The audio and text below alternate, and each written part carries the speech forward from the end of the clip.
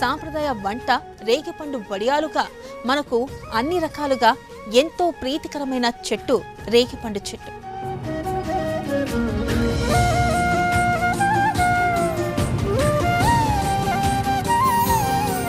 ఉద్యోగ వ్యవహారాలు కావచ్చు, ఇంట్లో ఆర్థిక పరిస్థితులు కావచ్చు, బంధువుల మధ్య మనస్పర్ధలు కావచ్చు, వీటన్నింటినీ కూడా తొలగించేటటువంటి శక్తి ఈ రేగు చెట్టుకు ఉంది.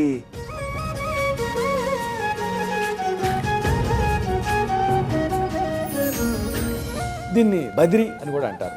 దీని నుంచే బద్రీనాథ్, బద్రీ ఫలం ఇలాంటి పేర్లు వచ్చాయి. దీని బెరడ్ని, వేళ్ళని, ఆకుల్ని, పండ్లని అన్నింటినీ కూడా మనం ఔషధాల కింద వాడుకోవచ్చు.